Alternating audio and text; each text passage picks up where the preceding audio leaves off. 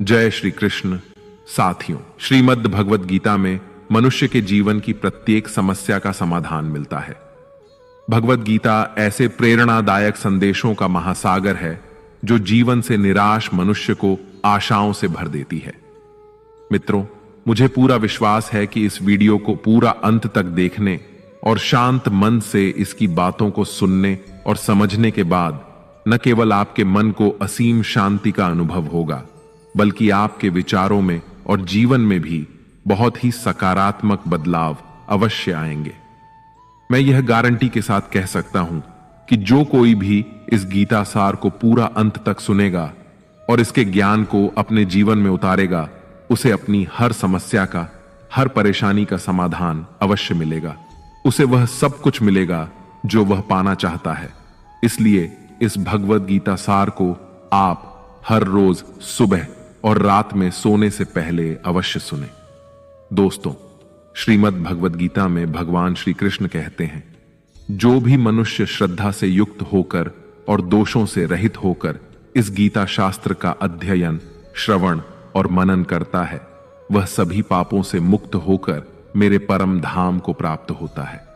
साथियों, इसीलिए कहा भी जाता है कि जिस घर में भी श्रीमद् भगवद गीता का पाठ हर रोज पढ़ा और सुना जाता है, उस घर में कभी कोई संकट या परेशानी नहीं आती।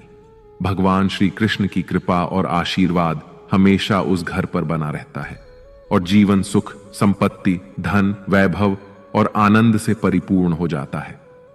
मित्रों, कुरुक्षेत्र की युद्ध भूमि में हुए महाभारत के भीषण युद्ध के प्रारंभ में ही अर्जुन युद्ध भूमि में अपने चारों तरफ युद्ध की इच्छा से आए हुए अपने परिजनों, भाई बंधुओं और गुरुजनों को देखकर घबरा जाता है, निराश और हताश हो जाता है और बहुत ही दुखी होकर वह श्री कृष्ण के समक्ष अपने दुख और दुविधा को प्रकट करता है। अर्जुन कहता है, हे केशव, मैं कैसे यह युद्ध कर सकता हूं? इस युद्ध भूमि में युद्ध के लिए एकत्रित हुए ये सब तो मेरे अपने ही हैं। मैं कैसे पितामह भीष्म और गुरु द्रोणाचार्य से युद्ध करूंगा, क्योंकि ये दोनों तो मेरे पूजनीय गुरुदेव हैं। इसलिए इन गुरुजनों को मारने से तो अच्छा है मैं भिक्षा मांगकर जीवन यापन करूं। हे मधुसूदन, जिन कौरवों से मैं युद्ध करने जा रहा हूं, वे सब धृतराष्ट्र के पुत्र मेरे भाई ही तो हैं, मेरे अपने ही हैं। इन सबको मारने से तो अच्छा है कि मैं सन्यासी बन जाऊं। अगर यह युद्ध हुआ तो करोड़ों लोग मारे जाएंगे। जो सैनिक और योद्धा इस युद्ध में मारे जाएंगे, उनकी स्त्रियों का क्या होगा? नहीं कृष्ण, मैं यह युद्ध नहीं कर सकता। अपने ही कुल का विनाश करके मैं कैसे सुखी हो सकता हूं? हे कृष्ण, मुझे कुछ समझ नहीं आ रहा है। मेरी बुद्धि भ्रमित हो रही है, मेरा सर फटा जा रहा है, मेरे पैर कांप रहे हैं, मेरी त्वचा जल रही है, मेरा गांडीव धनुष मेरे इन हाथों से छूट रहा है। हे कृष्ण, मेरा मार्गदर्शन करो, मुझे ज्ञान दो, मुझे बताओ कि मैं क्या करूं।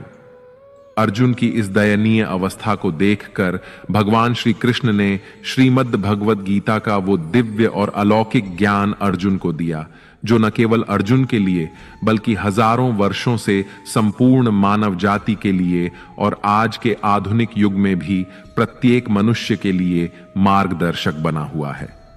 श्रीमद् भगवद गीता एकमात्र ऐसा ग्रंथ है जो मनुष्य को जीने का सही तरीका बताती है। भगवद गीता जीवन में धर्म, कर्म और प्रेम का पाठ पढ़ाती है। इसलिए हमें नित्य प्रतिदिन श्रीमद् भगवद गीता का अध्ययन अवश्य करना चाहिए। अर्जुन की दुविधा और संशय को देखकर भगवान श्री कृष्ण ने अर्जुन से कहा, हे अर्जुन, तू बड़ी बड़ी ज्ञानियों सी बातें करता है, लेकिन जो सच में ज्ञानी होता है वह इस तरह दुख और शोक नहीं करता है। तेरे हाथ में कुछ है ही नहीं, तू चाहकर भी कुछ नियंत्रित नहीं कर सकता।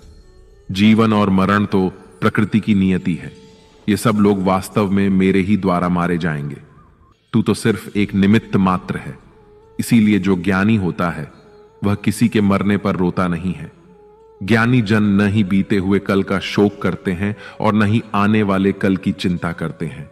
इसीलिए जो होने वाला है वह होकर ही रहता है, और जो नहीं होने वाला वह कभी नहीं होगा। ऐसा निश्चय जिसको समझ में आ जाता है, जिसकी बुद्धि में आ जाता है, उसे कोई दुख नहीं सताता, उसे कोई चिंता नहीं सताती। हे अर्जुन, तुम इस बात का शोक मत करो कि यहां कौन अपना है और कौन पराया है। जो अधर्म करता है उसके साथ युद्ध करना एक क्षत्रिय का धर्म है, और अपने धर्म का पालन करना तुम्हें मोक्ष और मुक्ति देगा। तुम अपने इस मन से मोह को त्याग दो, नहीं तो सारा जग तुम्हारी निंदा ही करेगा। आज अगर तुम युद्ध नहीं करोगे तो सारा संसार तुम्हें नपुंसक और डरपोक कहेगा। यहां बात अपने पराये की नहीं है, यहां बात है धर्म और अधर्म की, बात सही और गलत की है। अगर तुम गलत को सहोगे, उसका अंत नहीं करोगे, तो गलत करने वाले को और अधिक बल मिलेगा, वह और भी अधिक अधर्म करेगा। इसलिए अपने मोह को त्याग करके तुम युद्ध करो। श्रीमद् भगवत गीता में भगवान श्री कृष्ण कहते हैं, हे अर्जुन, यह संसार मेरी ही माया है, यह संसार मुझसे ही उत्पन्न हुआ है। मैं ही इसका पालन पोषण करता हूं और मैं ही इस सृष्टि का विनाश भी करता हूं। मैं भूत, वर्तमान और भविष्य के सभी प्राणियों को जानता हूं, लेकिन वास्तविकता में मुझे कोई नहीं जानता। श्री कृष्ण कहते हैं, जिस तरह प्रकाश की ज्योति अंधेरे में चमकती है, ठीक उसी प्रकार सत्य भी चमकता है। इसलिए मनुष्य को हमेशा सत्य की राह पर ही चलना चाहिए। मृत्यु एक अटल सत्य है जिसे कभी बदला नहीं जा सकता है। इस संसार का जब से निर्माण हुआ है, तब से जन्म मृत्यु का चक्र चलता आ रहा है। जिस प्रकार मनुष्य अपने पुराने वस्त्रों को त्याग कर नए वस्त्र धारण करता है, ठीक उसी प्रकार आत्मा पुराने व्यर्थ शरीर को त्याग कर नए शरीर को धारण करती है। यही प्रकृति का नियम है। इस सत्य को स्वीकार करके भय मुक्त होकर आज में ही जीना चाहिए। ज्ञानी व्यक्ति न तो मरने वाले का शोक करते हैं और न ही उनका मोह करते हैं जो अभी जीवित हैं, क्योंकि वह जानते हैं कि जो मर गया वह फिर से जन्म लेगा और जो जीवित है वह एक दिन अवश्य मरेगा। हे अर्जुन, मैं सभी प्राणियों के हृदय में स्थित सबका आत्मा हूं। संपूर्ण प्राणियों का आदि, मध्य और अंत भी मैं ही हूं। मैं ग्रहों में सूर्य हूं, वेदों में सामवेद हूं, देवों में इंद्र हूं, इंद्रियों में मन हूं। मैं ब्रह्मा हूं, मैं विष्णु हूं, मैं महेश हूं। जलाशयों में मैं समुद्र हूं, पर्वतों में मैं हिमालय हूं। इस संपूर्ण संसार में तुम जो कुछ भी देख पाते हो सब मैं ही हूं। भगवान श्री कृष्ण कहते हैं, मन की शांति से बढ़कर इस संसार में कोई भी संपत्ति नहीं है। जिस व्यक्ति ने अपने मन को शांत रखना सीख लिया है, उससे ज्यादा धनवान इस संसार में कोई नहीं।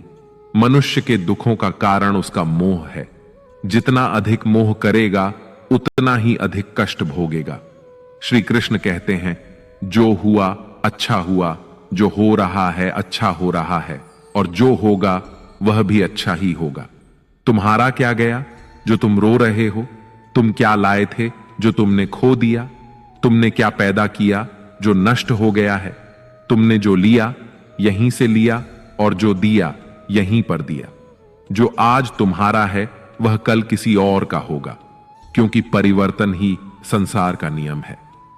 श्रीमद् भगवत गीता में भगवान श्री कृष्ण कहते हैं, मनुष्य को परिणाम की चिंता किए बिना निस्वार्थ और निष्पक्ष होकर अपने कर्तव्यों का पालन करना चाहिए। अपने जीवन की चुनौतियों से भागना नहीं चाहिए और ना ही भाग्य को दोष देना चाहिए। हे अर्जुन, अपने आप को भगवान के प्रति समर्पित कर दो, यही सबसे बड़ा सहारा है। श्री कृष्ण कहते हैं, इंसान अपने जन्म से नहीं अपने कर्म से महान बनता है। जब इंसान अपने काम में आनंद खोज लेते हैं तो वह पूर्णता प्राप्त करते हैं। हे अर्जुन, आसक्ति से ही कामना का जन्म होता है। सदैव संदेह करने वाले इंसान के लिए प्रसन्नता ना तो इस लोक में है और ना ही परलोक में। जो अपने मन को नियंत्रण में नहीं रखता, उसके लिए वह शत्रु के समान काम करता है। अशांत मन को नियंत्रित करना कठिन है, लेकिन अभ्यास के द्वारा इसे वश में किया जा सकता है। भागवत गीता में श्री कृष्ण बताते हैं कि पृथ्वी पर जिस प्रकार मौसम का बदलाव होता रहता है, उसी प्रकार हमारे जीवन में भी सुख दुख आते रहते हैं। इनसे हमें विचलित नहीं होना चाहिए। हे अर्जुन, समय से पहले और भाग्य से अधिक किसी को कुछ नहीं मिलता। जैसे दीपक की बाती को दीपक तले छुपा अंधेरा दिखाई नहीं देता, वैसे ही मनुष्य को जवानी के पीछे छुपा बुढ़ापा और कमजोरी दिखाई नहीं देती। किसी भी प्राणी को उसका मन जीवन के अंत तक अपने जाल से निकलने नहीं देता। रस्सी में बांधकर उसे तरह तरह के नाच नचवाता रहता है।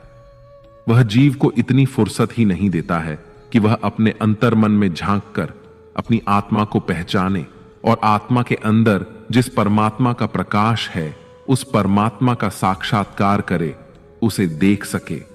जब भगवान श्री कृष्ण से अर्जुन पूछते हैं कि हे केशव, यह सब मानकर भी कि आत्मा नित्य सनातन और अजन्मा है, उसे शस्त्र नहीं काट सकते, आग नहीं जला सकती, फिर भी प्राणी की आत्मा को दुख, सुख, शोक, खुशी, मान अपमान, पीड़ा और आनंद का एहसास क्यों होता है?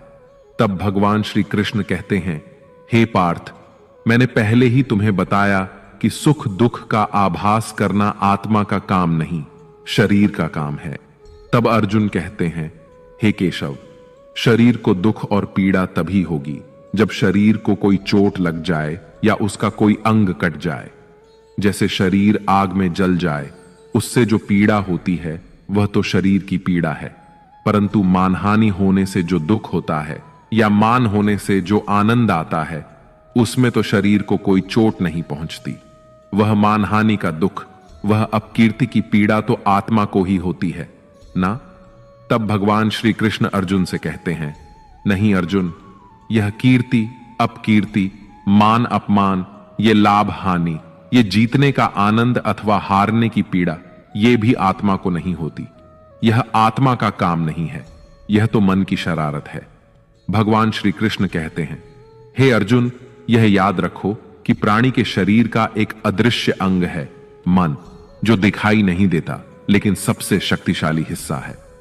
आत्मा से इसका कोई संबंध नहीं है। आत्मा रथ में बैठा हुआ रथ का स्वामी है, तो मन शरीर रूपी रथ का सारथी है। यह मन ही इंद्रियों के घोड़ों को इधर उधर भटका देता है और यौवन के आवेश में चंचल हो जाता है। कभी यौवन के आवेश में यही चंचल मन मनुष्य को इस भ्रम में डाल देता है कि वह सर्वशक्तिमान है, वह सब कुछ कर सकता है और वह यहां का राजा है, जिसके आगे हर कोई झुक जाने को विवश है और जिसे हर कोई प्रणाम करता है। जब शरीर के दीपक में यौवन शक्ति का घी झलकर समाप्त हो जाता है और दीपक तले अंधेरा छा जाता है, तो मनुष्य घबराकर चिल्लाने लगता है, मैं बीमार हूं, मैं दुखी हूं, मैं मर रहा हूं, मुझे बचाओ। ये रोने का नाटक भी मन ही करता है। हे अर्जुन, मनुष्य को मैं के घमंड की मदिरा पिलाकर मदहोश करने वाला पाखंडी केवल मन है। उसके हाथों में मोह माया का जाल है, जिसे वह मनुष्य की इच्छाओं पर डालता रहता है और उसे अपने वश में करता रहता है। यह मन शरीर से भी मोह करता है, अपनी खुशियों से भी मोह करता है और अपने दुखों से भी मोह करता है। खुशी में खुशियों से भरे गीत गाता है और दुख में दुख भरे गीत गुनगुनाता है। अपने दुखों में दूसरों को शामिल करके उसे खुशी मिलती है। हे पार्थ, प्राणी के लिए आवश्यक है कि वह अपने मन को काबू में करके अपने अंतर्मन में झांक कर आत्मा को देखें। तभी उस आत्मा के अंदर उसे परमात्मा का प्रकाश स्पष्ट दिखाई देगा। समय मनुष्य के बनाए मार्ग पर नहीं चलता, मनुष्य को ही समय के दिखाए मार्ग पर चलना होता है। इसी को नियति कहते हैं। जीवन कठिन तब लगता है जब हम स्वयं में बदलाव करने की बजाय परिस्थितियों को बदलने का प्रयास करते हैं। जब समय आपके विपरीत चल रहा हो तो शांत रहना ही सबसे बेहतर होता है। जब भक्ति में मन लगने लगे तो समझ लेना आपने भगवान को नहीं, भगवान ने आपको चुना है। कोई कुछ भी बोले, स्वयं को शांत रखो, क्योंकि धूप कितनी ही तेज हो, समुद्र सूखा नहीं करते। कान भरने वालों से हमेशा सावधान रहें, यह अच्छे अच्छे रिश्तों को बिगाड़ देते हैं। योग्यताएं कर्म से पैदा होती हैं। जन्म से तो हर व्यक्ति शून्य ही होता है। इस जगत में सत्य से भी बड़ा सत्य प्रेम है, और जिसके प्रति प्रेम है उसके प्रति असत्य होना मुश्किल है। पूरी दुनिया की सबसे खूबसूरत जोड़ी मुस्कुराहट और आंसू है। इन दोनों का एक साथ मिलना मुश्किल है, लेकिन जब ये दोनों मिलते हैं वह पल सबसे खूबसूरत होता है। कर्म ही सबसे बड़ा धर्म है। भगवान श्री कृष्ण गीता में अर्जुन को उपदेश देते हुए कहते हैं कि व्यक्ति कर्म करने के लिए ही पैदा हुआ है। बिना कर्म किए कोई रह नहीं सकता। मनुष्य को परिणाम की चिंता किए बिना अपने कर्तव्यों का पालन करना चाहिए। क्रोध मनुष्य को नरक की ओर ले जाने वाला द्वार है। क्रोध करने से व्यक्ति का मन अशांत हो जाता है। वह आवेश में आकर कई बार अपना ही नुकसान कर बैठता है। भगवान श्री कृष्ण कहते हैं कि मनुष्य को क्रोध करने से बचना चाहिए। कितना भी क्रोध क्यों ना आए, स्वयं को शांत रखने का प्रयास करें। इस संसार में आज जो तुम्हारे पास है वह कल किसी और का था, परसों किसी और का होगा। तुम यहां खाली हाथ आए और खाली हाथ ही जाओगे। मन पर नियंत्रण रखना जरूरी है। मनुष्य का मन वायु की तरह चंचल होता है। यह मन ही है जो मनुष्य को काम वासनाओं की तरफ भटकाता रहता है। अगर जीवन में सफल बनना है तो मन पर काबू करना बहुत जरूरी है। मन को वश में करने से दिमाग की शक्ति केंद्रित होती है, जिससे कार्यों में सफलता मिलने लगती है। गीता के अनुसार जिस व्यक्ति ने अपने मन पर काबू पा लिया वह मन में पैदा होने वाली बेकार की चिंताओं और इच्छाओं से भी दूर रहता है। साथ ही व्यक्ति अपने लक्ष्य को भी आसानी से प्राप्त कर लेता है। अगर मन वश में नहीं करोगे तो वह तुम्हारा सबसे बड़ा शत्रु बन जाएगा। हमेशा शक करने वाला व्यक्ति कभी शांति प्राप्त नहीं कर पाता। इसलिए संदेह करने से बचें। अधिक संदेह करने से मन की शांति भंग हो जाती है और व्यक्ति भ्रमित होकर अपने संबंधों को नष्ट कर डालता है। मनुष्य के कर्म ही उसके जीवन का आधार है। वह जैसा कर्म करता है वैसा ही फल उसे मिलता है। अगर वह अच्छे कर्म करेगा तो उसे अच्छा परिणाम प्राप्त होगा, और अगर वह बुरा कर्म करेगा तो उसे बुरा परिणाम ही भोगना होगा। इसलिए व्यक्ति को हमेशा अच्छे कर्म करने चाहिए। हमारे दुखों के 5 कारण हैं। 1. जो व्यक्ति अपना मनचाहा प्राप्त होने पर कहते हैं प्रभु की कृपा है, पर मन के विरुद्ध होने पर उदास हो जाते हैं, यही प्रभु की कृपा का अधूरा दर्शन दुख का पहला कारण है। 2. दूसरे व्यक्ति का कुछ भी हो, उसका चाहे अहित हो वह चाहे दुखी हो, पर हमारा भला होना चाहिए। हमारा यह मलिन स्वार्थ हमारे दुख का दूसरा कारण है। 3. हमें वर्तमान में जो वस्तुएं प्राप्त हैं या अभिलाषाएं हैं उनके छिन्न जाने या न मिल पाने का निरंतर बने रहने वाला भय हमारे दुखों का चौथा कारण है। 5. जो हमें करना चाहिए वह ना करना और जो नहीं करना चाहिए उसे करना। यह प्रमाद भरी आदतें हमारे दुखों का 5वां कारण है। बनाकर कहीं कोई सुंदर घटना हो जाने पर उसका सारा श्रेय हम अकेले ही ले लेना चाहते हैं। यही अहम भाव हमारे दुखों का 5वां कारण है। कान्हा कहते हैं कौन क्या कर रहा है, कैसे कर रहा है और क्यों कर रहा है, इन सब से आप जितना दूर रहेंगे उतना ही खुश रहेंगे। तन की सुंदरता मन को आकर्षित करती है, जबकि स्वभाव की सुंदरता हृदय को आकर्षित करती है। इसलिए मनुष्य का स्वभाव हमेशा निर्मल होना चाहिए। जिंदगी में हम कितने सही हैं और कितने गलत हैं